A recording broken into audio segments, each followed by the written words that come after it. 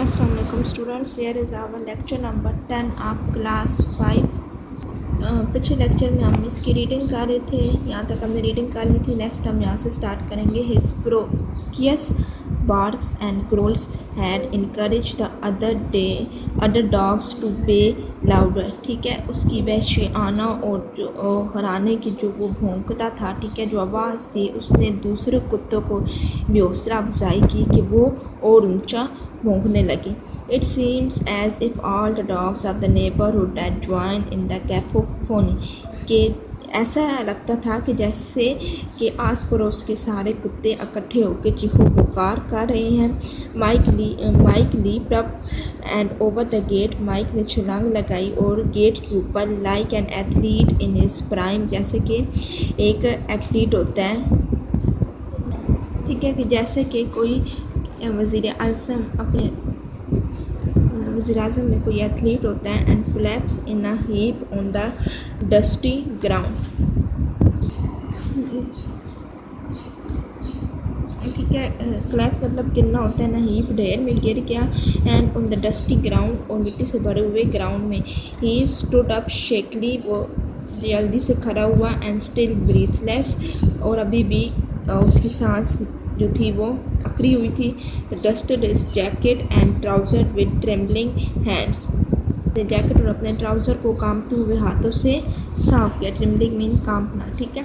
From his pocket he took a large white handkerchief, उसने अपनी जेब से एक सफ़ेद बड़ा रुमाल निकाला। And wipe the sweat of his bro, और अपने मुँह से या अपनी पेशानी, अपने माथे से आता हुआ पसीना साफ किया। ठीक है, ब्रो पेशानी होते हैं, माथा होता है। बाय नबील, बाय वो नबील को बाय कहता है। He called out and wave, ऊंचा बोलता है और हाथ हिलाता है। And he hastily made his way down the road, वो जल्दी से अपने रास्ते पे जाता है। डाउन द रोड, सड़क की निचली तरफ। Without even turning to look, के वो पीछे देखने के लिए भी नहीं मुड़ता। I will call you sometime, मैं कभी कभी तुम्हें कॉल करूँगा। परहैप्स, शायद। We can meet in town one day, के शायद हम टाउन में, शहर में एक दिन मिलें। They never did see each other again. ठीक है, उसके बाद उन्होंने कभी एक दूसरे को नहीं देखा। ठीक है, तो ये स्टोरी थी कि डज ही रिमेंबर, यानी ये उस कुत्ते का था कि क्या वो जो डॉग था मोहम्मद यूब जिसका नाम था, क्या उससे जो माइक था वो याद था या नहीं, क्योंकि माइक उसके साथ बचपन में बड़ी शरारतें करता था। क्या अब के डॉग बड़ा भी हो गया था, ठीक है, बूढ़ा हो गया था, अंधा हो गया था, लेकिन उसने फिर भी सूंघ कर उसे पहचान लिया था। ठीक है, और वो उससे पहले ही कुत्तों से खौफज़दा था। जब उसका रिएक्शन देखता है तो वो बहुत ज़्यादा खौफज़दा हो जाता है और वहाँ से भाग जाता है। उसके बाद वो फिर नबील से कभी मिलने नहीं आया, क्योंकि नबील ने काफ़ी ज़्यादा डॉग्स अपने घर रखे हुए थे। हमारा हुआ ये लेसन कंप्लीट। अब हम इसके एक्सरसाइज पे आते हैं। सबसे पहले पार्ट ए कंप्रीहेंशन का है। Answer the following question.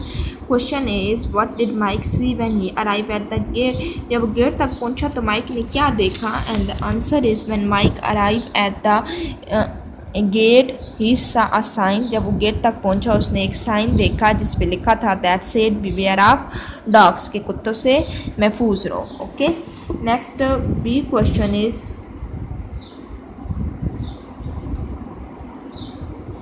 Give two reasons why Mike did not climb over the gate, कि दो वजूहत बताएं कि माइक गेट के ऊपर नहीं चढ़ा, बल्कि उधर गेट खुलने तक इंतज़ार करता रहा।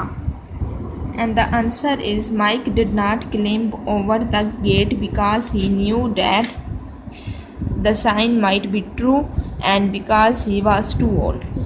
क्यों वो नहीं चढ़ा गेट के ऊपर, क्योंकि वो जानता था कि ये जो साइन लिखा हुआ बिवेयर ऑफ डॉग्स ये ठीक हो सकता है, और दूसरा कि वो इतना अब वो बुरा था कि वो गेट के ऊपर नहीं चढ़ सकता था। So this is the answer of our second question.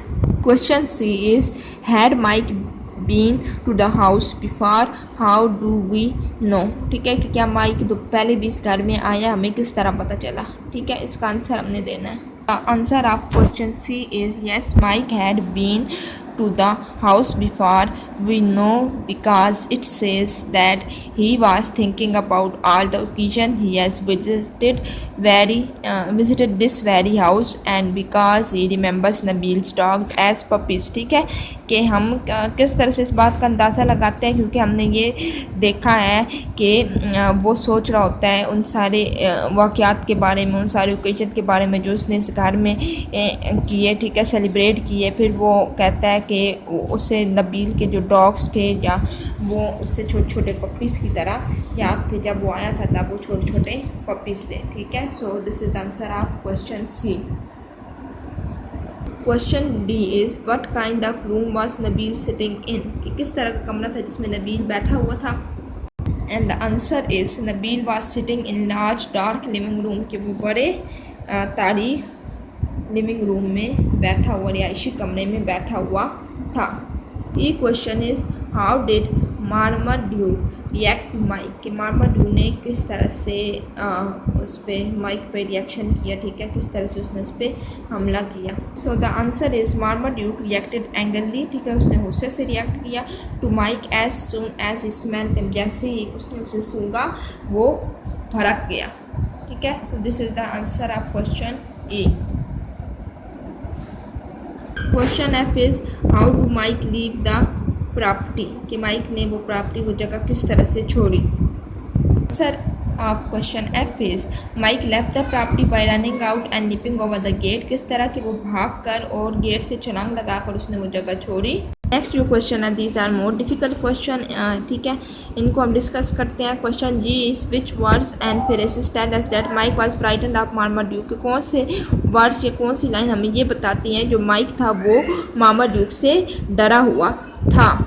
ऐसे तो हम देखें बहुत सारी लाइन्स हैं तो क्वेश्चन बहुत लंबा हो जाता है, लेकिन आप जस्ट 2-3 लाइन्स लिख दें। Mike made sure to keep close to the old man, ठीक है, माइक क्या था कि वो बूढ़े आदमी के करीब करीब रहता था। We tend to stay close to someone when we are frightened, जब हमें डर लगता है तो हम किसी के करीब करीब रहते हैं। Mike edge forward his movement is slow, Mike जब आगे बढ़ता तो उसकी जो मूवमेंट थी, उसके जो कदम थे वो आहिस्ता होते। Which tell that he is secret rather than confident, जिससे हमें पता चलता कि वो डरा हुआ है ना कि कॉन्फिडेंस है। जो कॉन्फिडेंट होते हैं वो तेज़ तेज़ से आगे आगे कदम बढ़ाते हैं, जबकि पीछे पीछे आराम से चल रहा था। So it is our answer of question G. Question H है how do you think Marmaduke recognise Mike, के माइक को मार्माड्यूक जो डॉग था उसने किस तरह से पहचाना। So the answer is Marmaduke recognise Mike by his smell, ठीक है, वो उसने उससे सूंघ कर पहचान लिया। So it was our today's lecture. अब आपने क्या करना है कि ये क्वेश्चन आपने अपनी नोटबुक पे लिखने हैं, ठीक है। यहाँ से आप क्वेश्चन देख के लिखेंगे क्वेश्चन ए, देन आप यहाँ से आंसर उसका देख के लिखेंगे, ठीक है। सेम फिर आप क्वेश्चन बी लिखेंगे और क्वेश्चन बी का ये आंसर लिखेंगे, question C, then question C का answer, question D then it's answer, फिर question E and question F, ठीक है। ये सारे आप देख लें, इधर से आपने कॉपी पेस्ट करना है अपनी नोटबुक्स पे, then also memorise them. Finally question G and question H, okay, copy it on your notebook. Also read the whole lesson with reading. Find difficult words with meaning. It is your home task for today. Next इंशाल्लाह हम इसकी next exercise solve करेंगे question 2 से, ठीक है। फिर हम इसकी फुल एक्सरसाइज सॉल्व करेंगे इंशाल्लाह। तब तक के लिए टेक केयर, अल्लाह हाफिज़।